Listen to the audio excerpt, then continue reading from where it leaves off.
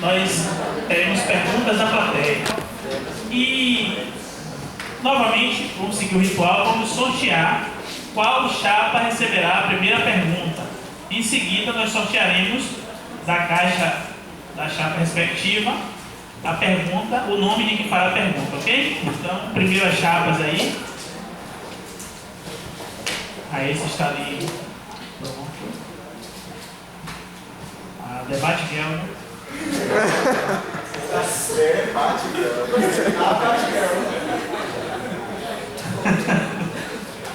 Vai dobrar ali, vai sortear. Eu vou pegar o Ingrid ali.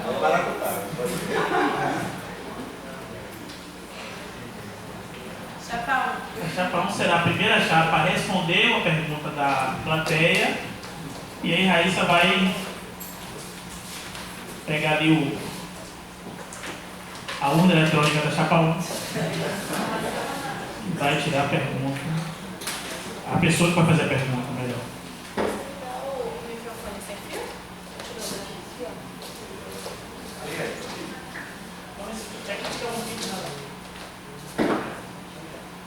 O primeiro perguntante é o João Pedro Abudi.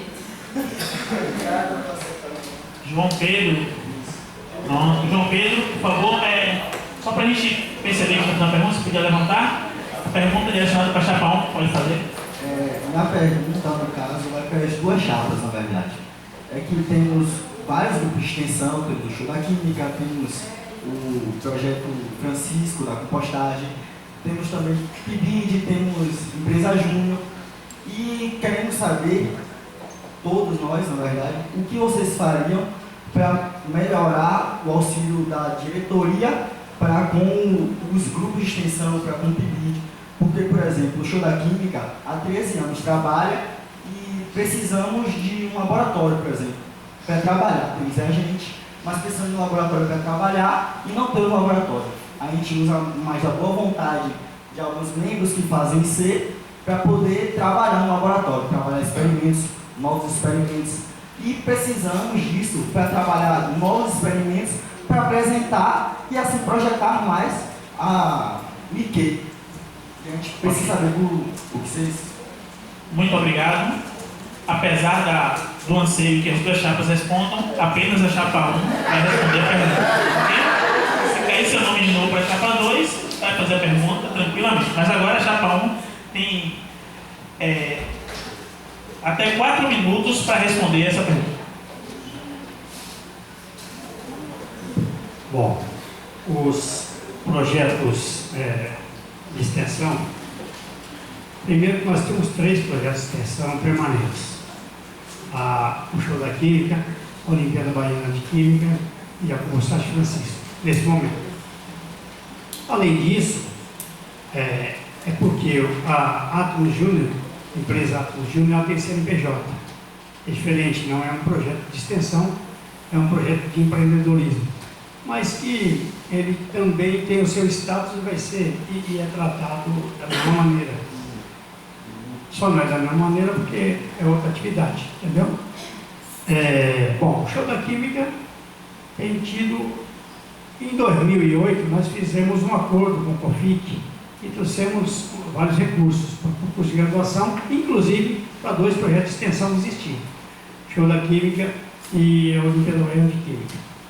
Além disso, o Show da Química recebeu várias vezes recursos da direção para comprar reagentes, aquelas luzes que ela veio nesse acordo com o COFIC, e todas as vezes que necessita de transporte, a gente tem buscado o apoio e buscado, junto à administração central, ao setor de transporte da UFBA, garantir a viagem do Show da Química, inclusive no último Ciência em Cena, garantir a inscrição, os recursos para inscrição.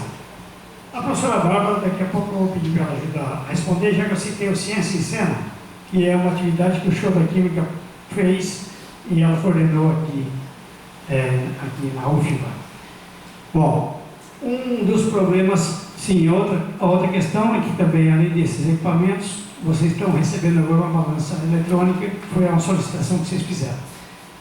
Em relação ao espaço, eu acho que é uma proposta importante de ser trazida, inclusive aqui nesse espaço público, porque essa proposta a gente tem que levar à congregação, já que é a congregação que aprova a utilização de espaço do estudo de química, e levar como proposta, discutir onde pode ser colocado, né? Agora nessa reestruturação, e a gente fazer para o terceiro andar, para a reforma do terceiro andar, está previsto espaço tanto para o LEA, para o Átomos Júnior, o Show da Química e para o PIBID. E também nós vamos implantar, a congregação já aprovou, mas aprovou que tem o núcleo de extensão estudo de química.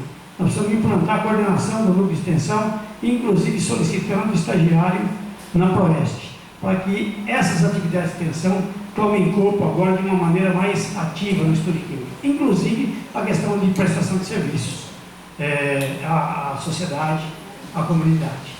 Eu vou passar para a professora Bárbara para ela falar um pouco sobre essa ação do Ciência em Cena e como é que foi a construção de trazer o Ciência em Cena para cá. Eu queria falar também, João, sobre uma das nossas propostas é um maior estreitamento, né, das relações do estudo de química com o CRQ. Inclusive, o Show da Química, que foi um dos grupos de extensão que você mencionou, recentemente atuou em parceria com o CRQ pela solicitação do Djalma, e a gente tem buscado algumas negociações, né, no sentido de adquirir guarda-pó, no sentido de adquirir alguns materiais e equipamentos que os grupos de extensão como um todo necessitam. Mas, de um modo geral, além desses estreitamentos de relações com esses órgãos, a gente pauta uma continuidade dos trabalhos que têm sido desenvolvidos. Professora Bárbara, muito obrigado. Vamos sortear agora.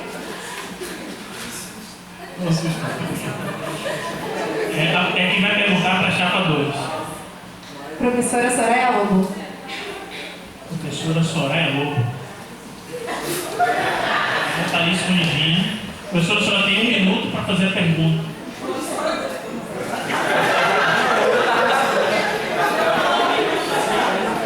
Eu vou começar a marcar aqui quando o microfone chegar nela. Se puder, professora. Ok, professora, por favor. Boa tarde a todos. Eu fiz a pergunta atrás, vou ver se eu lembro. Coloquei atrás no papelzinho. A pergunta é da chapa 2, né? Então, vocês falaram muito em termos de superar a polarização do estudo de química, melhorar as relações. Então, eu queria saber assim, que ações concretas, grifando, que ações concretas os membros do componente da chapa 2 têm no sentido de diminuir essa polarização, de melhorar as relações humanas entre professores, dentro da comunidade do estudo de química. Que ações concretas? Muito obrigado, professora. Chapa 2 tem 4 minutos para responder essa pergunta. Obrigado pela pergunta, Soraya.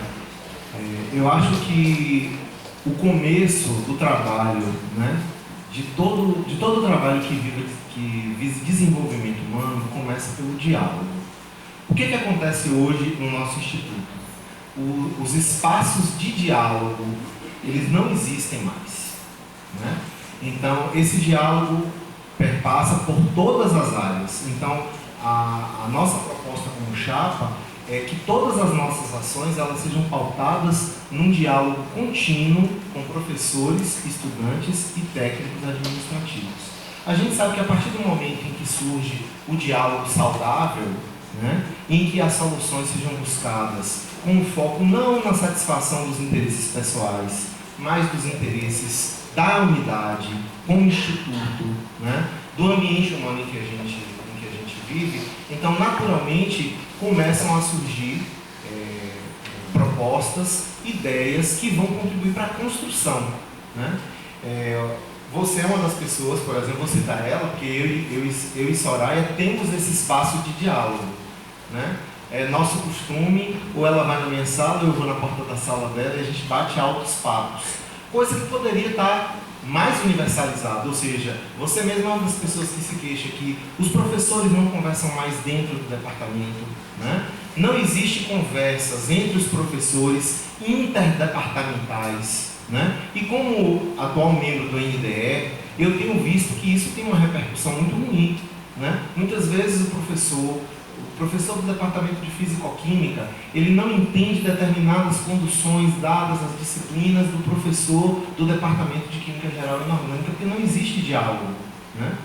Recentemente, eu fui procurado, por exemplo, pelo professor José Luiz, e José Luiz ele queria saber assim, Arthur, qual é a abordagem, né, de modelo atômico da mecânica quântica que é usado por você na disciplina que é o IA42.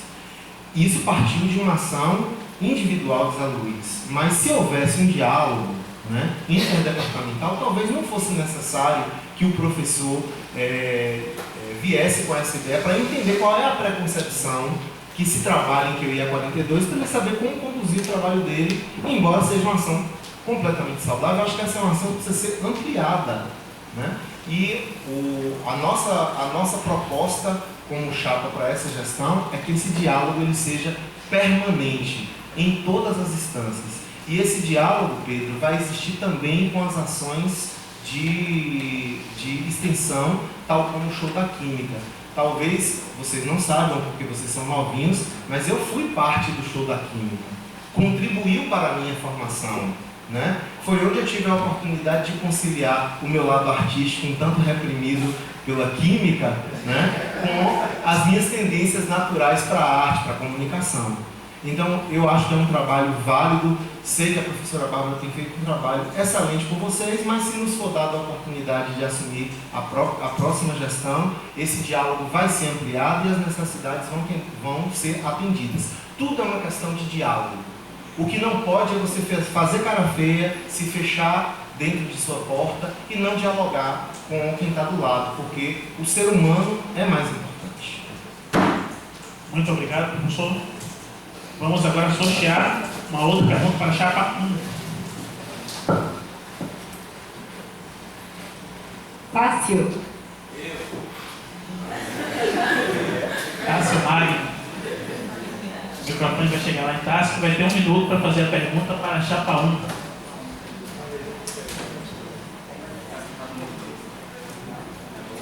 Se puder ficar em pé, agradecendo, Tássio. Por favor. Boa tarde, gente. Eu faço parte de uma atividade de extensão que é a compostagem Francisco e que foi contemplada na proposta da chapa 1.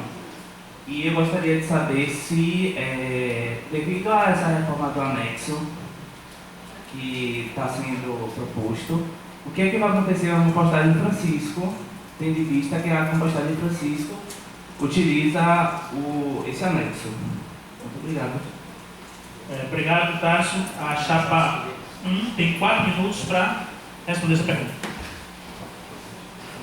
Bom, o projeto Compostagem Francisco foi abraçado por nós desde o início.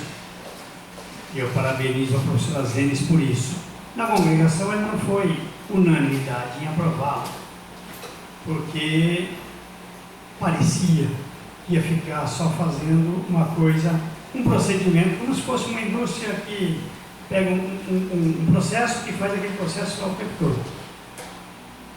Um dos meus argumentos para a defesa é que em um processo sempre surgem coisas novas e que você vai aprender com ele, inclusive analisando os resultados e tudo mais. Felizmente, a inovação foi maior, porque a empresa não quis mais fornecer o insumo e a professora Zente, com seus conhecimentos sólidos de química, descobriu e propôs novo procedimento. Então, parabéns à compostagem Francisco. A professora Zentes, desde o início, solicitou fazer ali como, não lá no anexo, né, mas ali do lado, numa casa de gases que estava desativada, mas sabendo que ali é piloto. Tanto é que o projeto cresceu e a gente tem trabalhado junto à administração central da UFA para que a compostagem tenha um prédio lá, naquela curvinha, que logo depois vamos usar, em frente vamos usar depois de física. Então, é um projeto muito importante, tem resultados excelentes e ele tem que crescer. Obviamente que as obras sendo contratadas, e nós vamos relicitar a obra, quando começar, vamos ter que deslocar o projeto lá, mas nós vamos encontrar o lugar como nos encontramos agora há pouco. Vou passar aqui para a Bárbara para ela complementar.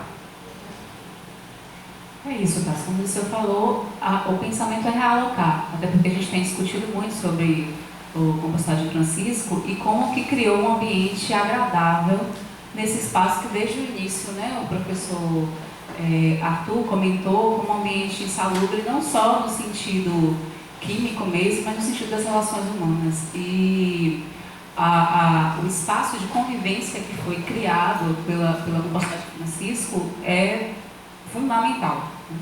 E eu penso muito a partir de uma ótica de uma filosofia africana que baliza muito a minha vida, que é a filosofia Ubuntu, dessa noção de autorreconhecimento no outro, né? E num outro que não é só humano, num outro que é tudo que não sou eu.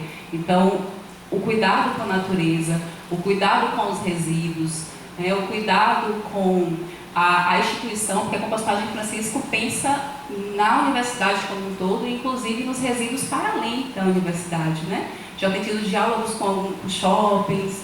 Então, assim, é de uma prestação de um serviço social fantástico, que a gente vê com excelentes olhos e com uma perspectiva de crescimento e não de retração. Muito obrigado, professora. Professor Disseu, novamente um sorteio de quem vai fazer a pergunta para a chapa 2 agora.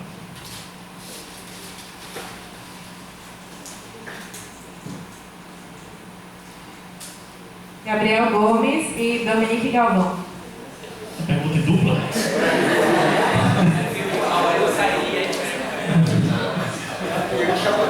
É a primeira vez que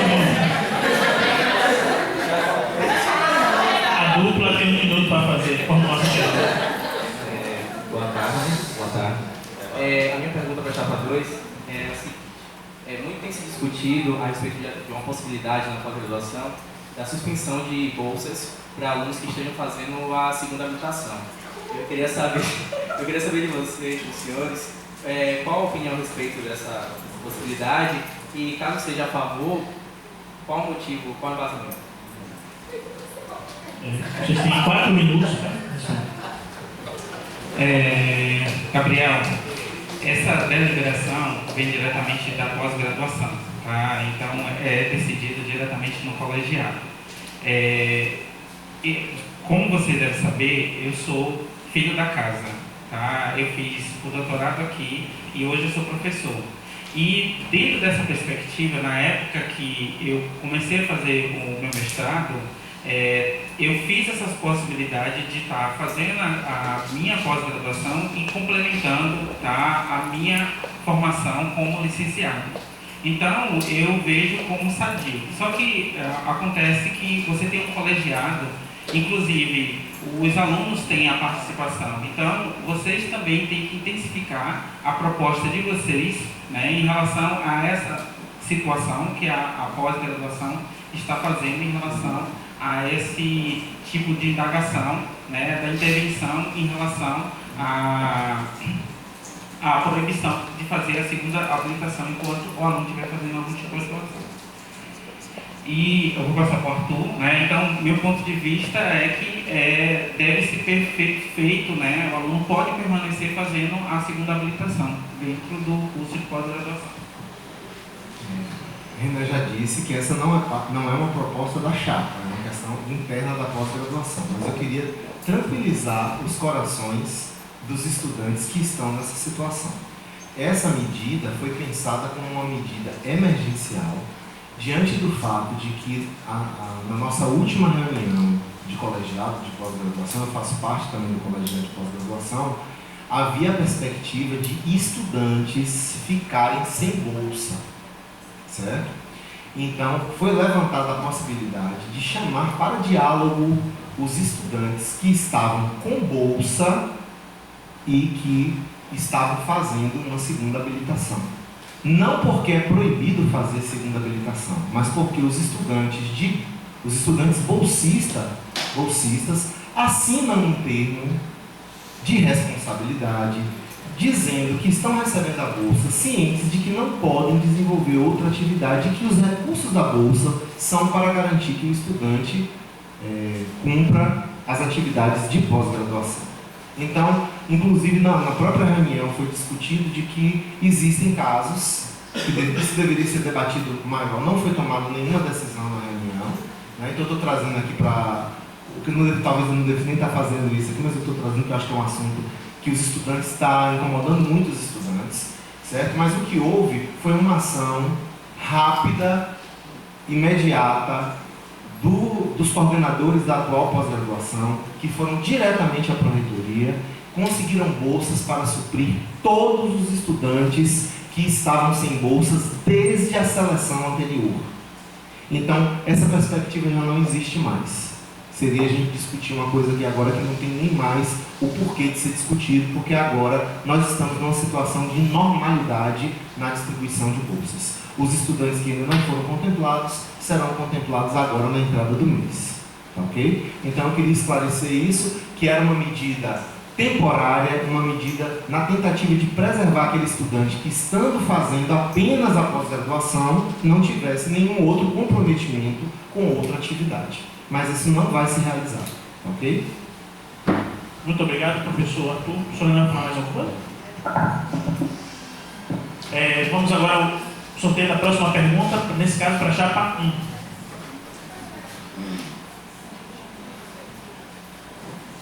Eu. Pronto, nossa debate real vai fazer. Bom, eu coloquei a pergunta para as duas, inclusive se sair na outra eu perguntarei de novo, mas caso vocês não saibam, eu sou membro do CA e na reunião do CA foi debatido o fato da reforma da ementa do curso de graduação. E várias coisas estão sendo discutidas na reforma dessas matérias e tal, e muitas delas não alegram os estudantes. Mas os estudantes, por sua vez, não têm como votar, eles não podem votar nisso, porque é defendido que, como os alunos são membros rotativos do Instituto de Química, eles não podem ter essa oportunidade de voz, porque daqui a 4 anos nós estaremos aqui. Eu gostaria de saber qual é o posicionamento de vocês sobre isso, porque é algo que vai afetar a gente diretamente, e a gente não pode falar sobre isso, não pode ter opinião sobre isso. Não, tá, sabe aonde, Raíssa, só para a gente entender, aonde que está acontecendo isso?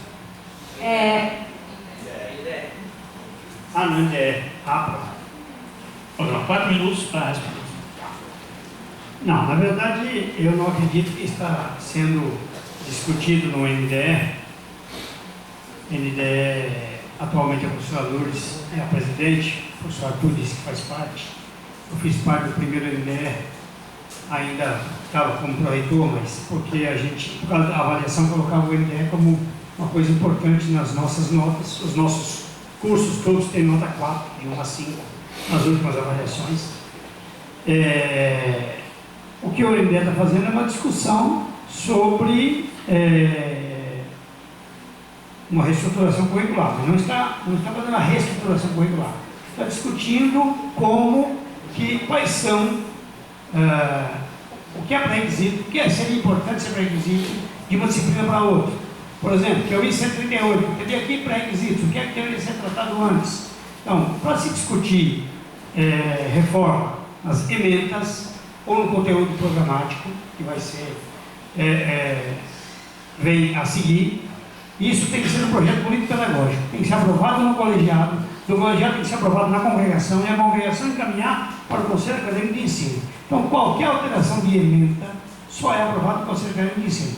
Obviamente que, se isso for acontecer, os estudantes serão convidados a discutir, até porque eles são membros do colegiado de graduação, colegiado de pós-graduação, e tem o nosso representante no CAI, que é a professora Bárbara. Bárbara, quer complementar?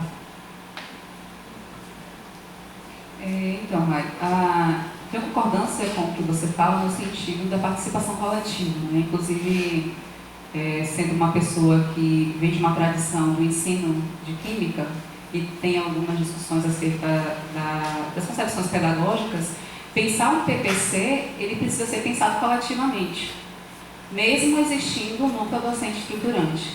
Então, quando o Dirceu fala que possivelmente não é o caso, né, é porque há uma estrutura muito grande, né? O professor Arthur daqui, que faz parte do NDE, há uma estrutura que é relacional dentro da própria universidade.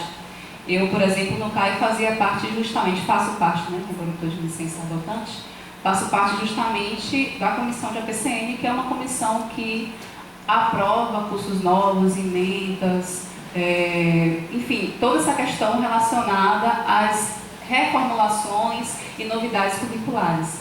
Esses processos, eles vêm de uma discussão intensa de dentro das unidades. Passa pelo colegiado, pela congregação, lá no CAI é aprovado para ser então implementado. Óbvio, as discussões elas são necessárias, a gente tem um currículo aí de mais de 10 anos e a gente precisa pensar essas relações de dependência entre disciplinas, a gente precisa pensar as emendas, a gente precisa pensar a legislação, porque a gente tem aí um movimento nacional, né, que pauta novas questões do plano educacional, né? Temos uma questão legal, que o nosso instituto está num movimento também de adequação, mas o que nós pensamos é sempre numa participação coletiva, numa construção democrática, na qual o corpo discente é um principal interessado. Okay? Para terminar com meus 4 minutos, o NDE é propositivo, vai fazer diagnóstico e proposição, mas o NDE não tem caráter deliberativo, portanto o NDE não pode deliberar nada, só o colegiado de graduação, a congregação e depois o CAI. Então, fazer diagnóstico e propor, pode, mas não tem o poder, a prerrogativa de aprovar. Muito obrigado, professores. Vamos agora para o próximo sorteio de perguntantes para a chapa 2. Você de novo? Você vai fazer a pergunta. Eu vou fechar de novo para a professora.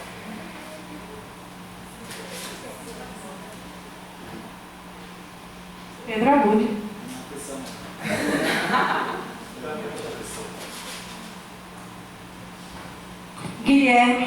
Guilherme Oliveira? Guilherme está ali. Pergunta para a chapa 2. Guilherme, você tem 1 minuto para formular sua pergunta. Boa tarde ao membro da chapa 2, da chapa 1. A minha pergunta é a seguinte. Eu noto, pelo menos pela maioria dos meus colegas, que há uma quantidade de evasão e dessemestralização dos alunos do IQ.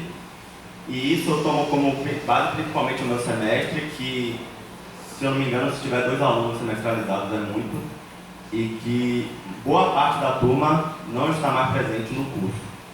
Então, como é que a chapa pensa em intervir nessas questões, principalmente tomando como base que há um atraso no curso dos alunos em matéria de cálculo e física, levando em conta também a situação social de como vem e de onde vieram os alunos do IQ, visto que essa provavelmente base de física e matemática são defasadas.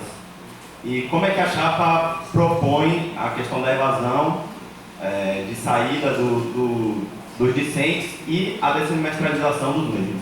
Muito obrigado, né? A chapa tem 4 minutos para responder. Guilherme, boa pergunta. Dentro do Instituto de Química, a gente tem um edital de valorização da monitoria. A monitoria, em outras instituições, ela é bem acentuada. E o que acontece? O aluno procura o monitor, porque eu sei que durante o tempo de aula que o professor faz uma exposição, com certeza o aluno precisa de um suporte.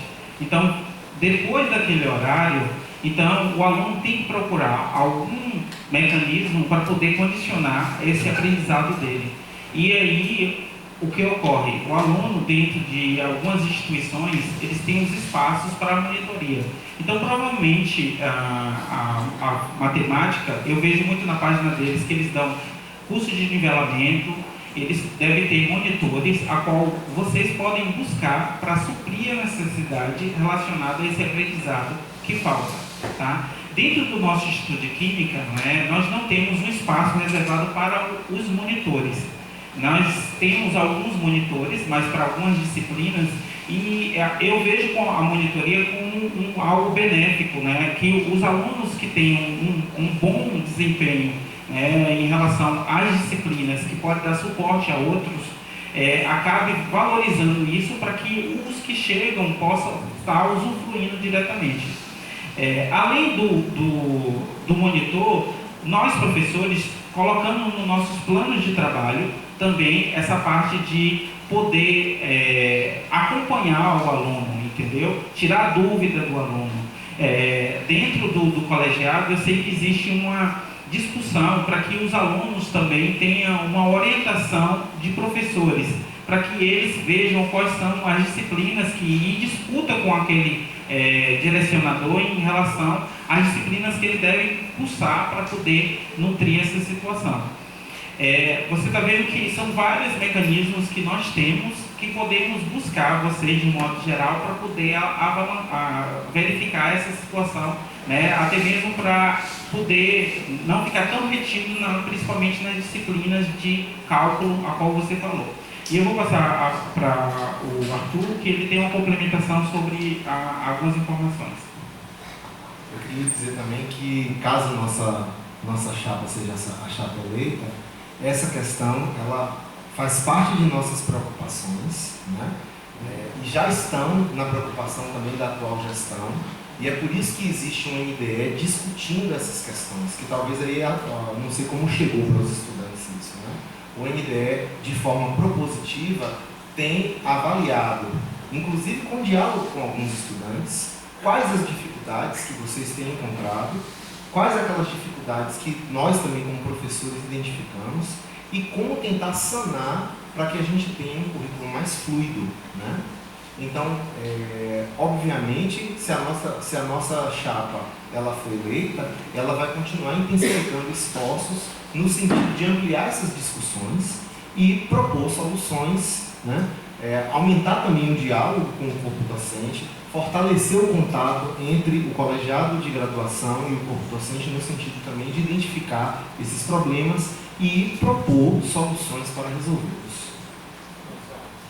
Em relação a custeio, a vulnerabilidade dos alunos, né, que chegam à universidade, a PROAI também tem essa assistência. Então, isso tem que ficar sempre visível para que vocês recorram a esses órgãos que já estão dentro da universidade, que possa dar um suporte diretamente ao aluno que chega e precisa dessa assistência da própria universidade para se manter até o final do curso.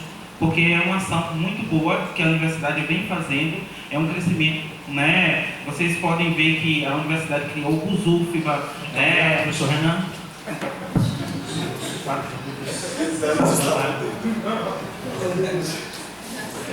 Vamos agora ao sorteio para a chapa 1 novamente. Eu sou responsável pelo corte.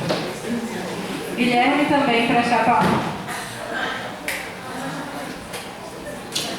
Guilherme novamente. Falou, Guilherme. Mais uma vez, professor Liceu, você sempre disse que tem uma atuação muito atuante junto com o COFIC, em relação a conseguir benefícios para o Instituto e tudo mais. Porém, eu passei um período fora do Instituto, tive a oportunidade de fazer estágio em indústria, e uma coisa que eu vejo que é discrepante entre o Instituto e a indústria é a cultura de segurança. Eu não vejo no Instituto hoje em dia uma questão de cultura de segurança propriamente dita em aulas de graduação, no laboratório de pesquisa e nas próprias instalações do Instituto, em questão de realmente se portar dentro de um local que tem um potencial de risco alto. Vocês, como chapa, o que tem de proposta, o que podem fazer para a implementação de uma cultura de segurança, visto que presente dentro do currículo não há uma matéria sobre isso e não há a fomentação dessa cultura para os alunos? Muito obrigado, Guilherme. A chapa 1 tem 4 minutos para responder. A sua pergunta é extremamente importante, principalmente se tem uma vivência lá fora. Assim como algumas pessoas que têm vivência lá fora, Conceição, que é coordenadora técnica, acadêmica, os laboratórios de graduação têm uma vivência lá fora, e lá fora no polo, e sempre traz isso.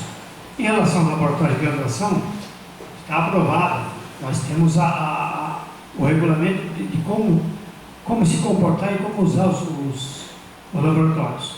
E sempre temos alguns problemas, que as pessoas chegam e querem entrar na aula sem sapato fechado, por exemplo, ou com saia curta. Não é questão de saia curta ou de bermuda,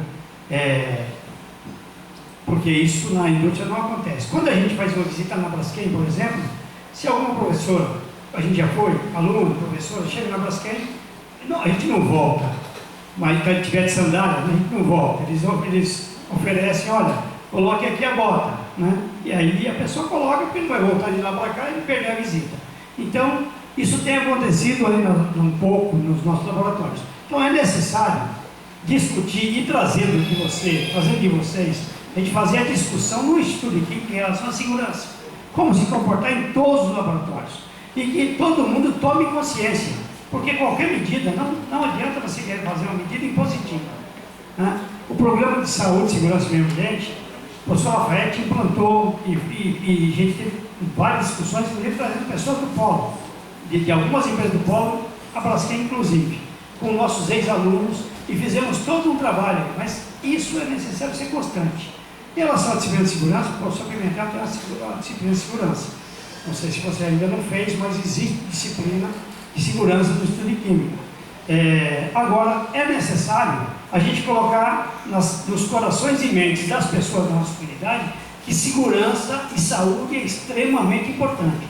Inclusive, fazer a realização dos exames periódicos de saúde para quem trabalha nos laboratórios, até para diagnosticar, identificar se alguém está com algum problema de saúde. Então, a gente precisa reimplantar isso e rediscutir, mas é importante, nenhuma medida vai ser tomada de cima para baixo. É importante que as pessoas tenham consciência de que devem se preocupar com a saúde, se preocupar com a segurança, e a gente implantar isso de uma maneira discutida em conjunto.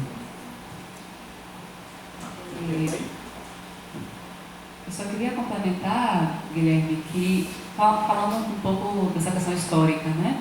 Quando eu fui estudante de graduação aqui, a gente ficava, os laboratórios eles ficavam, antes do incêndio, ficavam no próprio Instituto de Química, os laboratórios de graduação.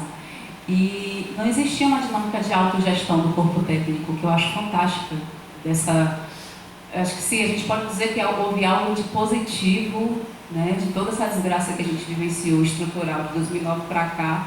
Eu penso que foi essa auto-organização técnica que trouxe, mesmo diante desse distanciamento que você coloca da indústria, da cultura de segurança gerada na indústria para a cultura de segurança que a gente tem no estudo de química, mesmo com esse distanciamento, eu sinto que as coisas melhoraram muito em detrimento a esse passado no qual cada técnico ou técnica estava vinculado ao departamento e não tinha como pensar políticas mais amplas no sentido laboratorial. A gente, com a entrega do anexo nessa próxima gestão, né, que a gente está pensando e está à frente, a gente quer fortalecer isso a partir dessa perspectiva crítica. Eu tinha notado aqui a disciplina do professor Pimentel, que tem trazido contribuições a um longo prazo, né, tem um longo tempo que o professor Pimentel traz essas contribuições. Muito obrigado, professora Bárbara. Vamos agora ao próximo sorteio, penúltimo, da Chapa 2. Alguém quer perguntar para a Chapa 2, né? 5 perguntas, exato. Cássio também quer fazer essa pergunta para a Chapa 2? Você fez para a Chapa 1, eu acho. É mesmo? Quer fazer para a Chapa 2? Vou fazer uma pergunta um pouco diferente. Pode fazer o que você quiser. Olá novamente, dessa vez a pergunta para a Chapa 2, né? Eu vi, de acordo com a proposta da Chapa 2, sobre a questão das atividades de extinção, eu percebi que houve relativamente, não vou dizer descaso, mas um pouco de abandono em relação a essas atividades em prol da pós-graduação. Por exemplo, as Olimpíadas Baianas de Química foram chamadas de Olimpíada de Química da Bahia, e está errado. E a compostagem Francisco não foi inclusa. Gostaria de saber se realmente vai ter um apoio a essas atividades, se serão consideradas como atividades de extensão. E eu queria saber a opinião de vocês, se vocês realmente apoiam, se vocês são a favor desses programas. Muito obrigado. Muito obrigado, Tássio. A chapa tem 4 minutos para responder. Tássio, na nossa proposta, ela tem uma situação bem ampla, porque a gente vai, né, contemplar as novas e a gente não vai desconstruir o que já temos, né? Claro que você pensa ali, na hora de construir uma proposta, a gente tem muitas ideias, então a gente vai colocando e sempre fica alguma coisa.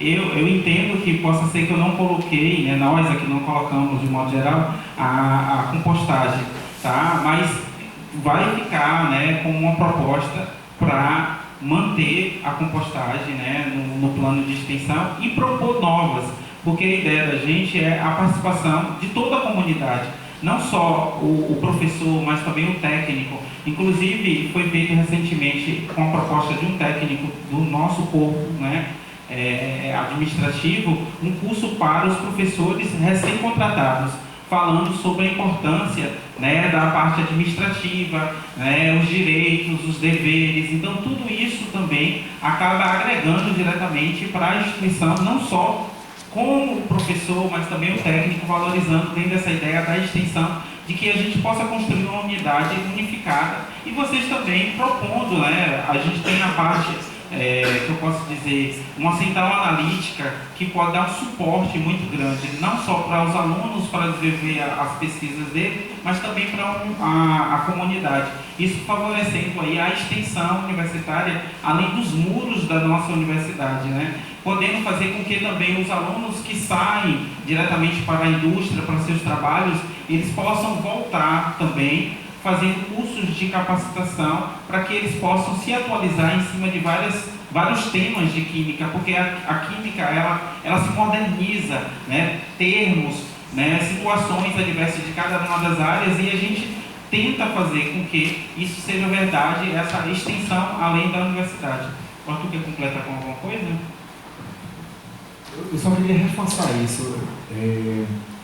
Eu sei que, infelizmente, no país, é assim que se faz política, desconstruindo o trabalho anterior.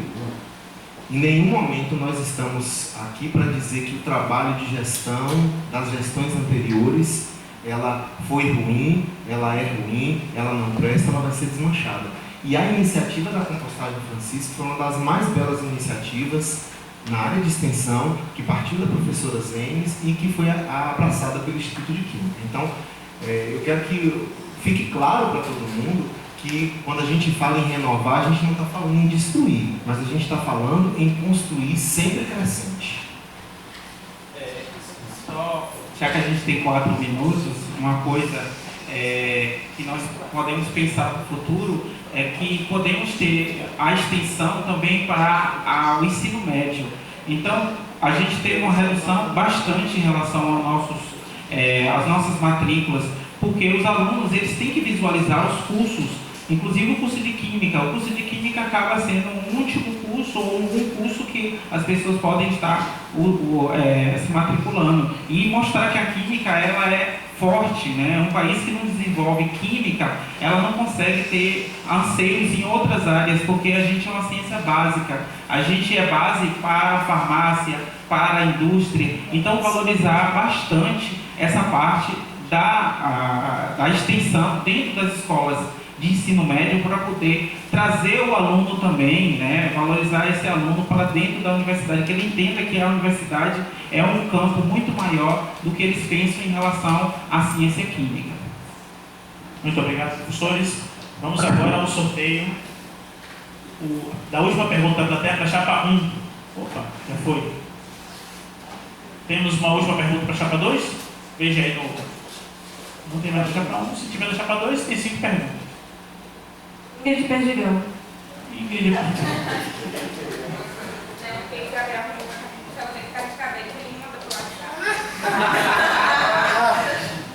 Então, gente, boa tarde. Gabriela Felipe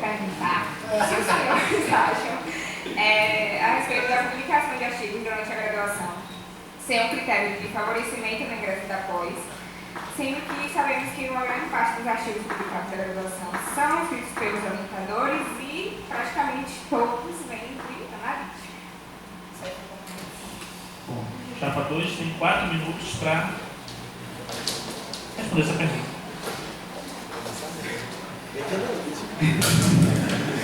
Então, Ingrid, na verdade, quando o aluno quer ingressar na pós-graduação, existe um tema, né? Então, existe essa pontuação alocada. Só que tem várias outras atividades que estão sendo pontuadas também. É um dos pontos que agregam para, né, o currículo do aluno. E claro que, tipo assim, dentro do meu pensar de orientador, o aluno de iniciação científica os primeiros passos que ele tem para aprender a ciência. Então eu entendo que se o aluno muitas vezes ele está junto com um projeto de pesquisa de um mestrando, doutorando, com certeza ele vai aprender e ele vai começar a perpetuar essa ideia. Claro que tem, né, essa ideia da construir. Então o aluno de graduação ele vai construir, né, e se ele, né, de fato, ter aquele conhecimento, poder contribuir com a pesquisa e estar alocado diretamente no trabalho do aluno, com certeza o nome dele vai e ele vai ter essa ideia da publicação. Só que eu penso, né, que o aluno de iniciação científica ele é um dos primeiros passos. Então você pode ver que existe uma certa competição, né, que não é assim... posso falar, no barema, acaba criando essa divergência, né, eu tenho que publicar para estar na pós-graduação. Eu acho que a pontuação máxima, se não me engano, até da seleção, ela é dada pela nota da prova de química. Então, para vocês verem que a gente valoriza bastante o aprendizado de vocês durante o curso de graduação e 20% é dado para a pontuação do barema em relação ao currículo do aluno, que está alocado aí também a publicação dele. Quer complementar alguma coisa? Também queria dizer que houve uma proposta na gestão da pós-graduação anterior a essa, de que a publicação do estudante fosse contada para facilitar o ingresso imediato. Os conselheiros da pós-graduação decidiram por não acatar, por entender, inclusive, que existem diferenças intrínsecas entre as áreas, certo? E, portanto, privilegiando o método de seleção que é adotado ultimamente, que consiste em uma prova de química, numa análise do currículo do estudante. É óbvio que o estudante que teve a oportunidade de publicar, ele vai ter sua nota aumentada, mas dentro de um baremo, tá? Porque realmente não seria justo entre as áreas, né? Agora, existem aqueles casos, mas a gente não pode pegar pelas exceções, existem casos de estudantes de pós-graduação, de iniciação científica, que conseguem sair da graduação, sim, com um artigo que, por mais que tenha intervenção do orientador, por falta ainda da experiência do próprio estudante, na redação científica, o trabalho é fruto do trabalho do estudante de iniciação científica. Eu tenho, sob minha orientação, hoje é estudante de doutorado, Maurício, que terminou a graduação com artigo publicado e o trabalho era dele, né? A professora Heloísa, para citar minha vizinha ali, que divide comigo o laboratório, né? Também teve a estudante Laís, que terminou a graduação com um artigo publicado, mas essas são as exceções e a gente não pode, dentro de um programa de pós-graduação, balizar pelas exceções, ok? Muito obrigado, professores. Vamos passar agora, vamos sortear para ver quem vai fazer na ordem aí as considerações finais, né? Chapa 1, chapa 2. Já tiveram as perguntas da plateia. As considerações finais da chapa. A debate que é no mediador.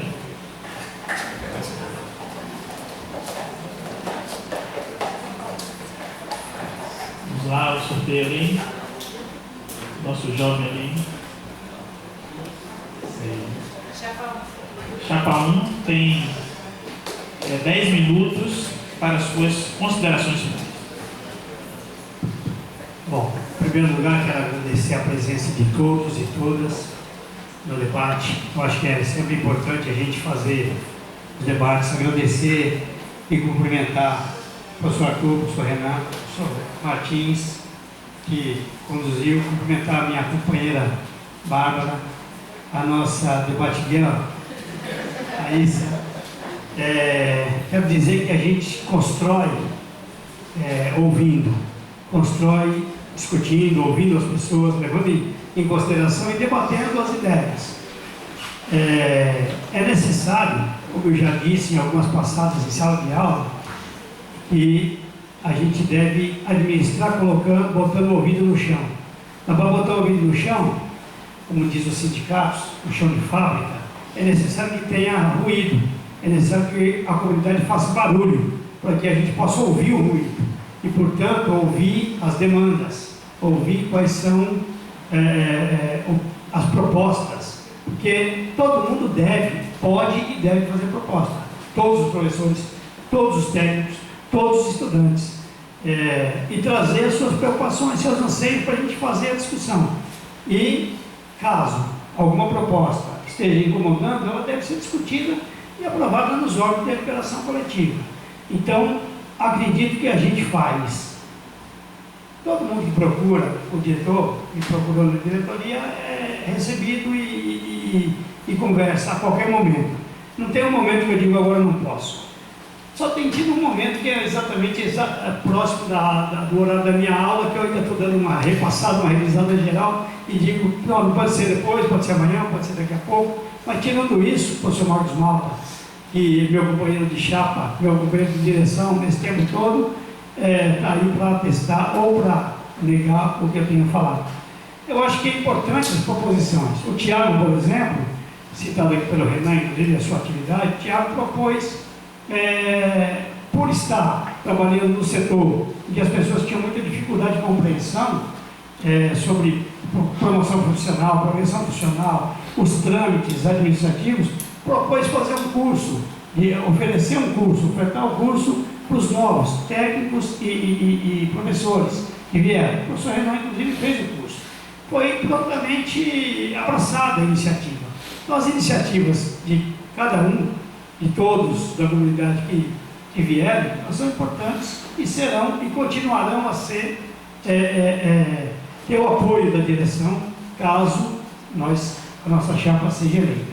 Eu quero dizer que tenho um prazer muito grande de ter a professora Bárbara como minha companheira de chapa, porque a professora Bárbara representa muito na sociedade baiana, na sociedade brasileira, e é uma pessoa de muita garra. Portanto, Bárbara, aqui agradeço de público você ter aceito o convite, que não foi só meu, foi discutido num conjunto de pessoas, mas ter aceitado o convite de participar da próxima gestão, caso sejamos eleitos. Vou passar agora para a Bárbara para complementar. Eu agradeço ao Liceu, pelas palavras, agradeço a todas e a todos aqui presentes. Gostaria de começar dizendo que a gente está vivendo no nosso país uma conjuntura política muito delicada, Eu penso que há alguns poucos anos atrás,